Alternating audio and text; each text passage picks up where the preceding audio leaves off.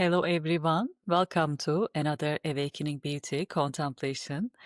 As usual, before we start, I would like to invite you to grab one of your favorite drinks, tea or coffee, and find a comfortable seat for a cozy contemplation about one of my favorite topics again, books. This time we will ask an interesting question. In today's modern world, do we still need books? Over the last 6 months, I have been journeying with The Matter with Things by Iain McGilchrist. And it has been a delightful journey, a demanding one for sure. It was 3,000 pages in total. And at the end of the journey, I was expecting to feel a deep sense of accomplishment. Yeah, 3,000 pages on a Kindle book, not an easy task. Yet I have experienced something different. I have experienced a sense of grief. It has been a part of my daily journey. And at the end of 6 months, when it was time for us to separate, I just felt like I am saying goodbye to a dear friend for a silent journey that we have been taking almost half of the year. And this reflection made me to contemplate about the importance of books. Do we even need to read books at the stage where access to information is readily available at our fingerprints? Especially using artificial intelligence nowadays, we can ask summaries and get the key insights from every book immediately. Do we really need to go through the demanding process of book reading? And of course, there are different point of views about this. And interestingly, maybe because I was contemplating this, my attention span was around books. And in my YouTube feed, I've seen some creators, some influencers talking about the same topic. Interesting at the same time. Like one of them was Mark Manson. It took me quite some time to record this. I think his video was almost from a month ago, but he was saying why he's not able to read books anymore. And some part of the conversation is about our limited attention spans, where we are bombarded with information all the time. We are so used to keeping our attention span within minutes. Of course, that doesn't make it easy for us to read intense and dense book like these ones, for example, or The Matter with Things. In his contemplation, he was realizing the fact that he started switching knowledge acquisition from books, which has been his primary resource. And on the side, the ones who are not familiar with him, he's a writer himself as well. But he was saying that he's spending more time with AI at this stage. And in the end of the video, he was saying that he's not feeling too guilty about it. So this is one perspective, and I can definitely get it. But this also, I think, comes with the assumption of books being the primary resources only for knowledge acquisition. That's one of the benefits of books, but I think they are broader than that. What they mean and what they can give us is a lot more in my personal experience. And I would like to share a couple of them, giving some examples from my own journey and hopefully inviting you to think about this in your own terms. The first thing is that slow, gradual process that we go through when we read books. In today's world, I think we are so obsessed with efficiency. Like, I would like to acquire knowledge for a specific goal, for a certain thing. Let me find the books related to that and let me get the key insights from the book instead of reading 200 pages. I can ask AI to give me the top 5 key things that is needed for me to achieve that goal. And from an efficiency and from a productivity perspective, there might be value in this. And I'm not negating the importance of using books in that way. If your sole purpose is achieving your goals, especially for the nonfiction, it might be a nice complementary strategy. But this should not negate the importance of the process we go through when we read the books. Approaching books as a resource to be consumed for practical purposes is very much a left hemisphere based thinking. Referring back to The Matter with Things, Iain McGilchrist, he sees the world with two different attentions that we bring into existence through different hemispheres of our brains. The left hemisphere is the one that is mostly used to segmentation, fragmentation, practical purposes, and the right hemisphere is the one that is more holistic in its thinking, that is more embedded in presencing, in the actualization of the moment, in the immersion in the experience. And seeing books this way is very much aligned with the dominant left hemisphere way of thinking. But paradoxically, books and what is needed in our world is a lot more right hemisphere kind of approach for books, seeing them like a slow bird in the journey by listening to different examples, different frameworks, personal experiences of the author. You have time to integrate the information. You have time for immersion. And to me, that is the real value of books. If you read it this way, if you read by creating a relational space in which the books is your friend along the journey, you change at the end of the journey. This actually made me remember another book I read, and I think I even recorded a video about it, so I can link it down below.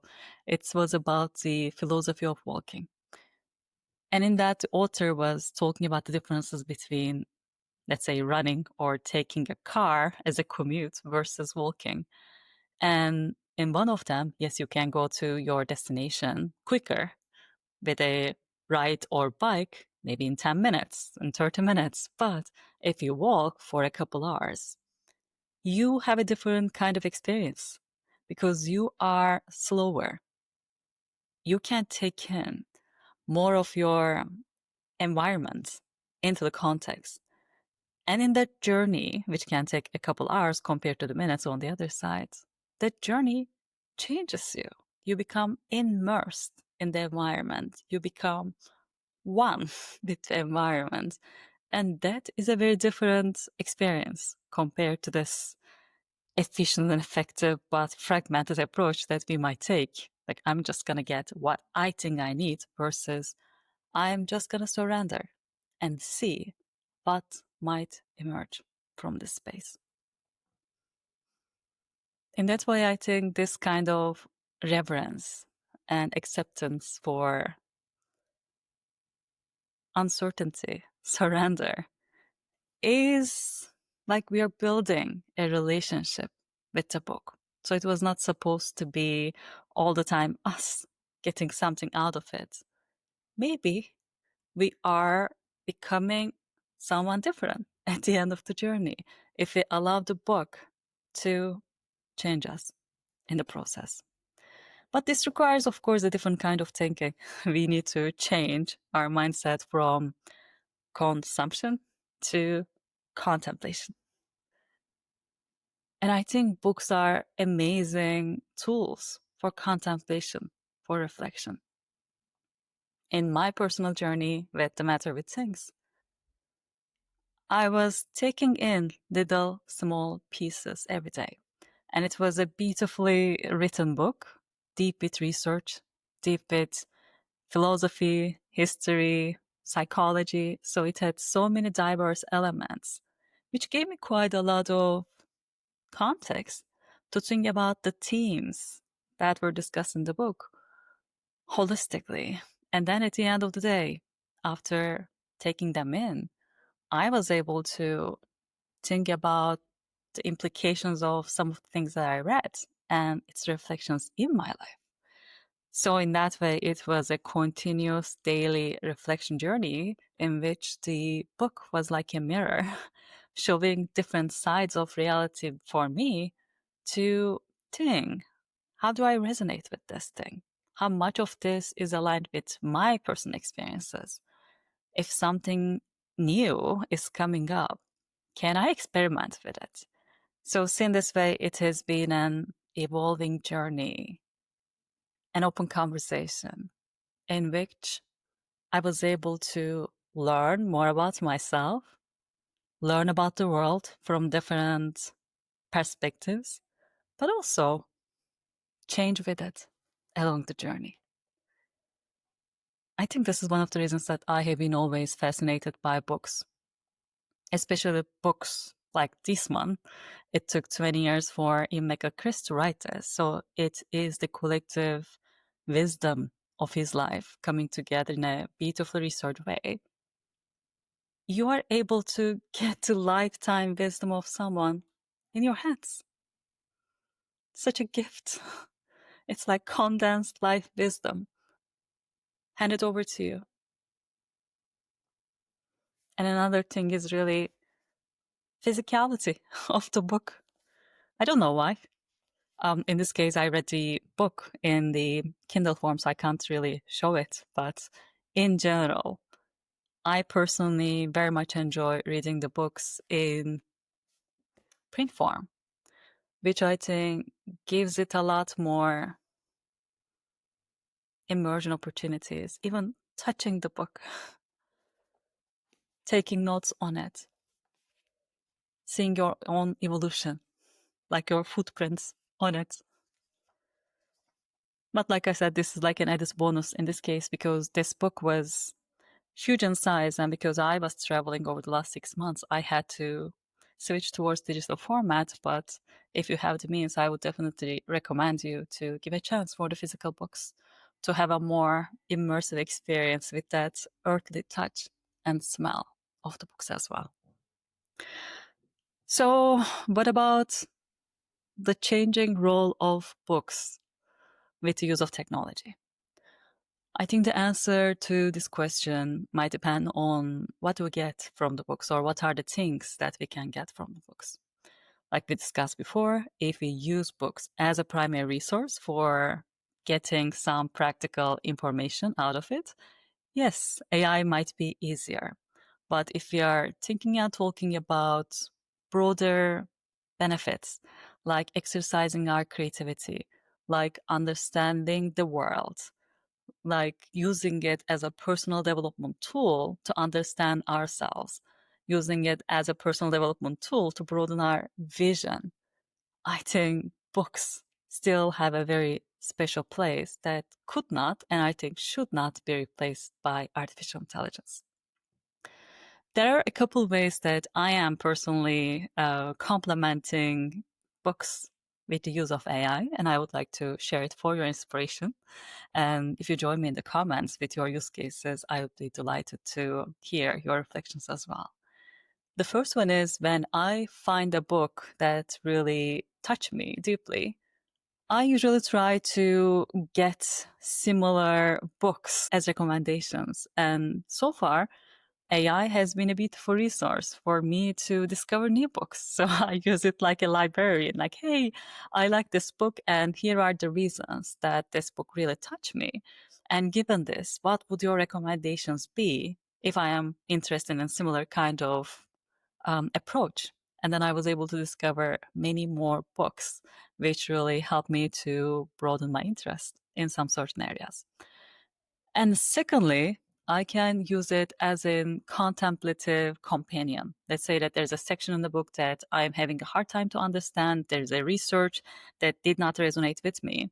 Then I can take that slice of information and put it onto AI to think together with AI to enhance my understanding.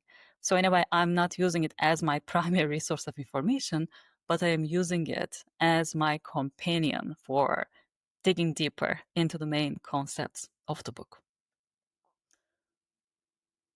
What else? I think so far, these have been the two main examples that I was able to dance between the physicality of the books or the reality of the books and still complement it with the benefits of artificial intelligence. In general, I think in a world in which we are bombarded with information, we are dealing with limited attention spans. I think what we need the most is counterbalancing that with some fairly traditional approaches, like reading a book.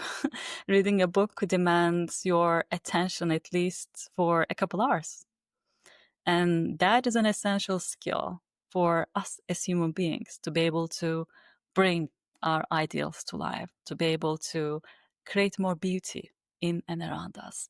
And even just for that purposes, I would like to see us reading more books to keep our creativity juices running, to enhance our critical thinking skills, to enhance our understanding about ourselves, but also to improve our mental focus capacity so that we can listen to each other, hear each other, and ideally have the resilience and stamina, focus to bring our ideals to life.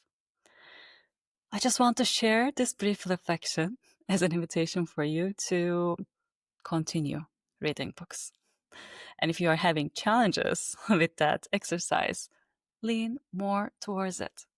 And if you are already using AI in a way to complement your book reading process, I would love to hear your reflections or your practical things in the comments as well.